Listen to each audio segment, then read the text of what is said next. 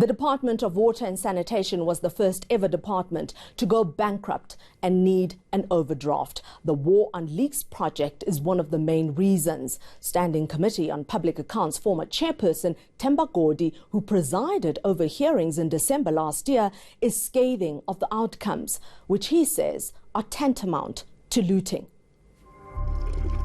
A big part of the War on Leaks program was getting placements for so-called on-the-job training. It wasn't a simple matter, and it seems that the department may have overpromised and underdelivered. There are still trainees, the first intake trainees who are still in the program because they did not qualify. They did not get their certificates. So they're still struggling with getting, with finding them a placement, where they can do their practicals after the classes and everything. It was like a disaster because I had to wait for a year before I'm being placed. And we have to fight. It's not like they just offered us the placement. We had to protest going to the Department of Water and Sanitation offices in Pretoria. Rainwater made it clear that they can't take us, all of us, because we are so many. So they had to ask companies. Some companies refused to have trainees outside because they'll tell you that what if an accident happens inside here and then it's gonna ruin our company's name and everything.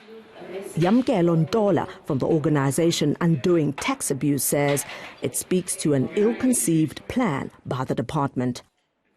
It's concerning when municipalities don't want these artisans because perhaps they don't have the leakages that are being professed. Then what have they been trained for and what are they being paying for? What's the benefit then to the rest of South Africans if municipalities don't want to use the skills that have been trained for them to utilize? These trainees were meant to be deployed at municipalities, but it would appear that there is little evidence to support this.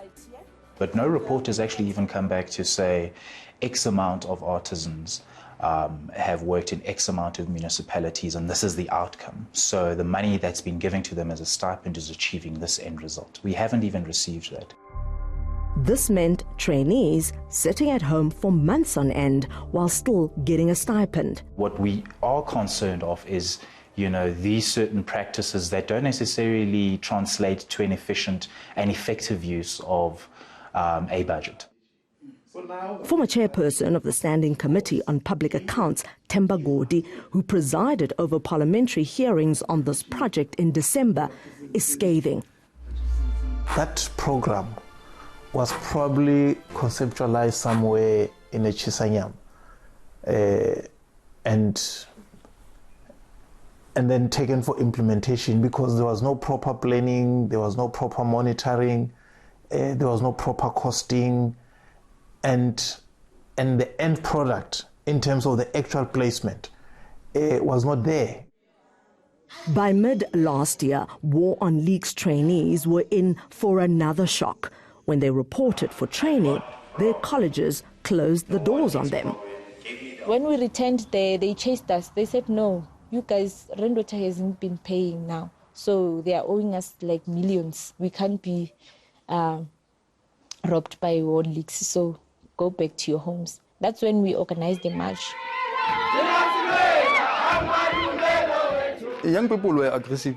They were angry because they felt that it seems like our government is gambling with our lives or our future, in fact. And we have nothing. It's been 3 years for nothing. 1 hour. We were very emotional because, we could see our future getting out of our hands.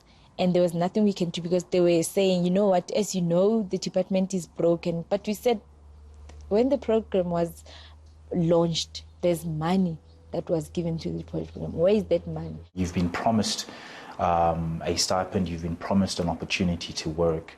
And from the reports we're getting, none of these things are actually transpiring. So it would make sense, therefore, that students are marching either to DWS or the responsible parties in order to receive answers to their questions and to hold those people who have put them in those positions to account. We went in the offices inside there, and then they said they're calling some certain guy who's coming to help us. That guy did not come. Over R1 billion was used. The targets that had been set for training had not been met, and even those who have been trained I think fewer than 20 of the more than 1,000 people who had been trained were actually placed into any program of work. What has been achieved since the program's inception, and what justifies, the fiscus contributing even further to a program, the successes of which we have no evidence of. It should have been budgeted for, it was not. So money was taken from other programs into that project. And all of that was processed through the various line functions right up to the minister. The trainees also took their grievances to the Public Protector's Office. Because they were denying to fix whatever that we were requiring them to fix. So I told them that if they keep on being stubborn, if we can't meet each other halfway, then I will have no choice but to escalate the matter to the higher ranks. The program seems mired in secrecy. In the Auditor General's report last year, the project ranked highest in terms of unauthorized expenditure, resulting in Scopa questioning this expenditure that helped bankrupt the department last year. This program was a disaster from the day one. I think the best body that has actually addressed issues of wasteful and fruitless expenditure with regards to war on leaks in particular has been the Standing Committee on Public Accounts. I think this was last year, late November or early December. And if you even watch those hearings, you'll note that a lot of the members within DWS couldn't address some of these questions. It was like drawing blood from a stone because no one wanted to be accountable and no one accepted responsibility. Can you get a representation from Rand Water and EWC so that these young people have actually received their qualifications?